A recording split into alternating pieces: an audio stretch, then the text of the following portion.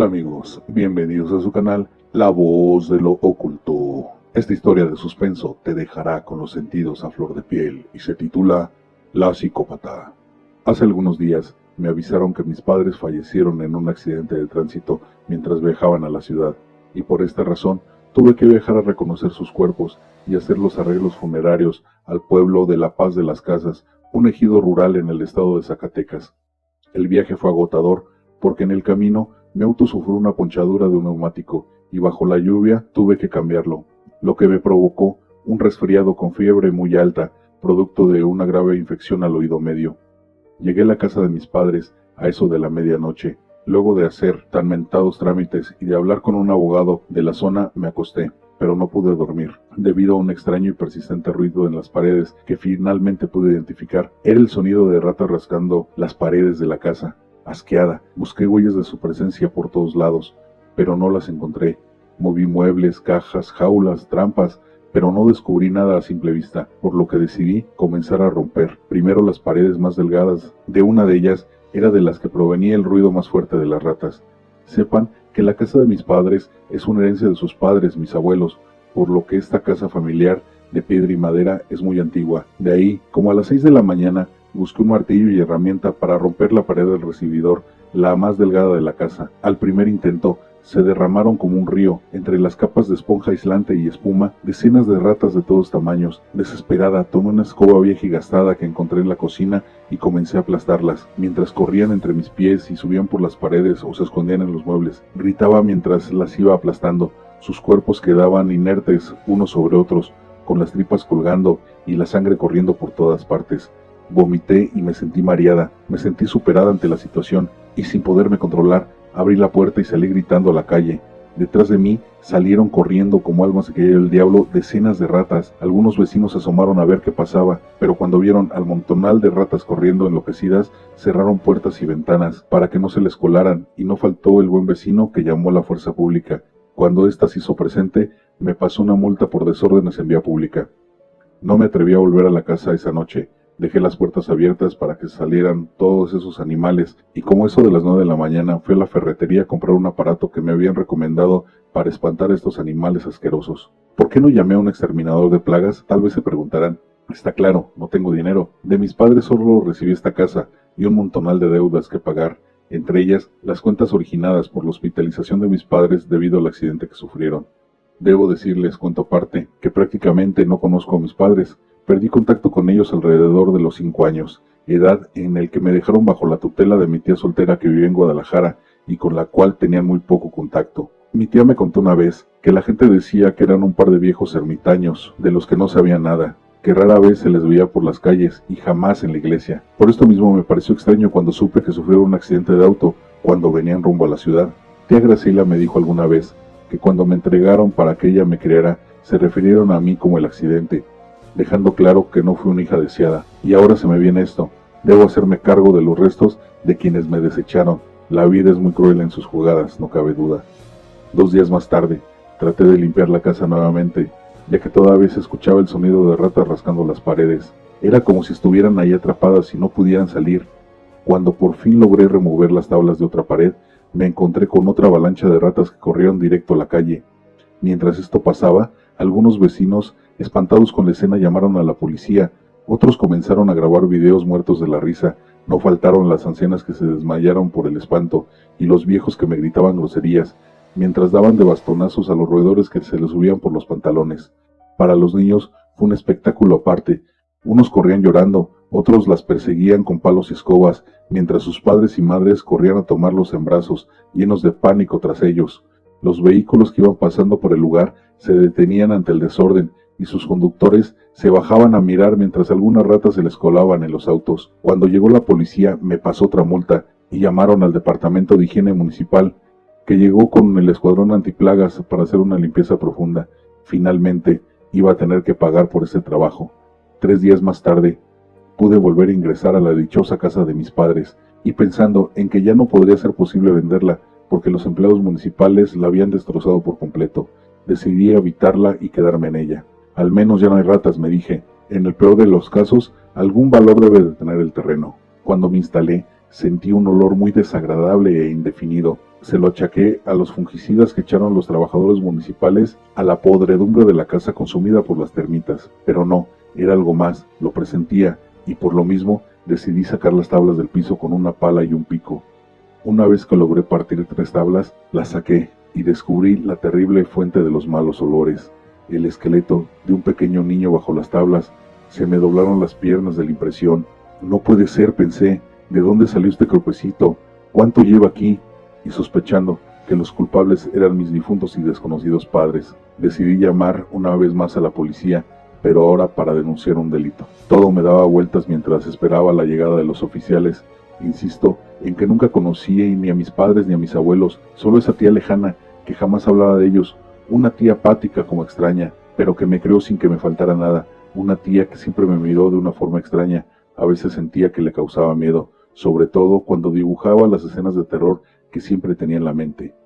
Desde muy pequeña me encantaron las historias de terror y desde niña hice cuentos y después cómics que repartía a mis compañeras y compañeros de clase, pero con el tiempo muchos padres comenzaron a reclamar y me lo prohibieron. Es más, a muchos les prohibieron juntarse conmigo, con lo que me volví una chica solitaria y rechazada, lo que me llevó a una profunda depresión. Me comencé a vestir de negro, a esconderme detrás de mi cabello largo, pero seguí escribiendo y dibujando.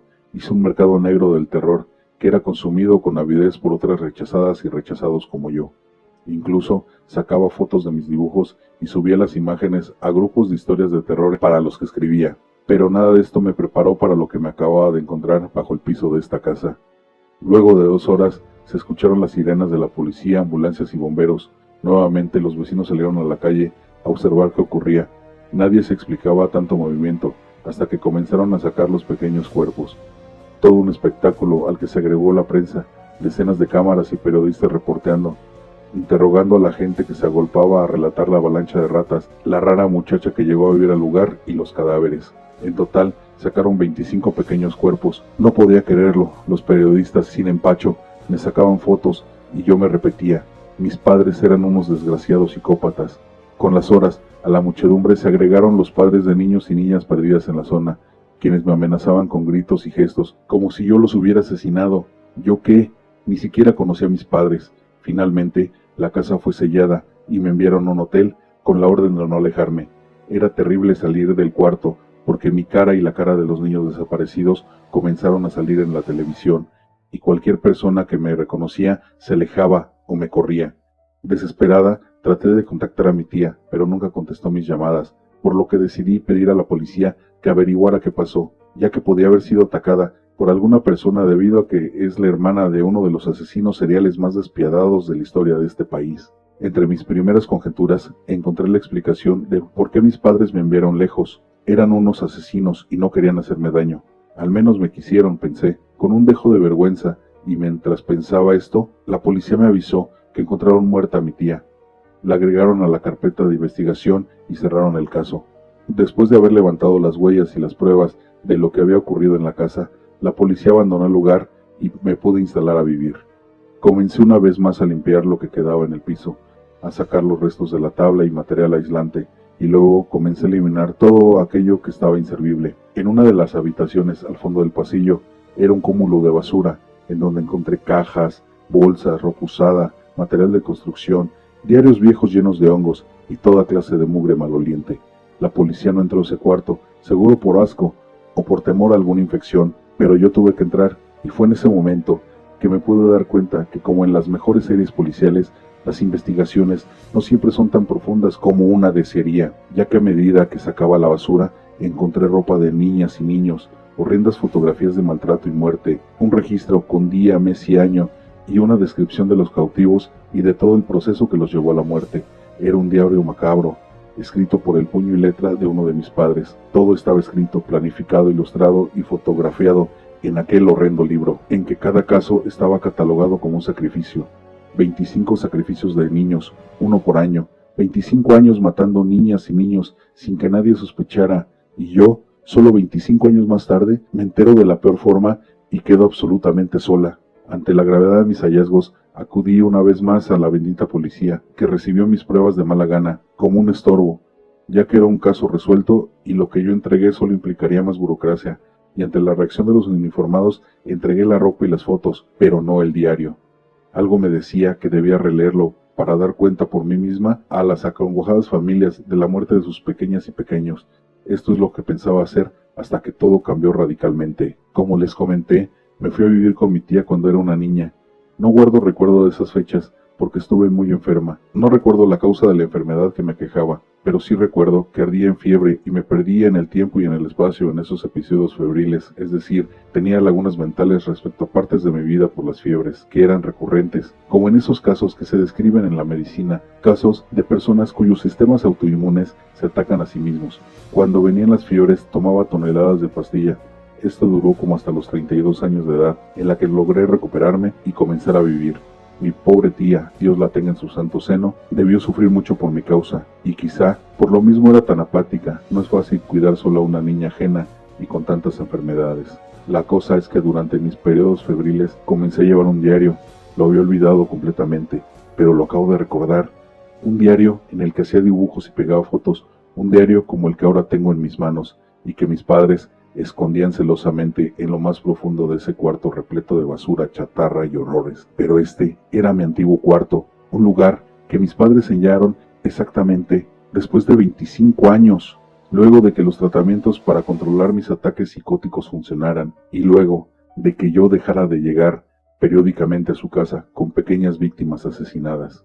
Ahora comprendo que las lagunas en mi cabeza es en realidad lo que yo encontré aquí, 25 niños atraídos por mí a espacios oscuros, en donde mi otro yo los torturaba y mataba, y cuando mis padres me creyeron curada, fue cuando decidieron clausurar todo para que la comunidad no reconociera nada de estos horribles crímenes, y esta doble personalidad la llevaré por el resto de mi vida, y a mi tía le pido perdón en donde quiera que esté, ya que en mis manos encontró su fin.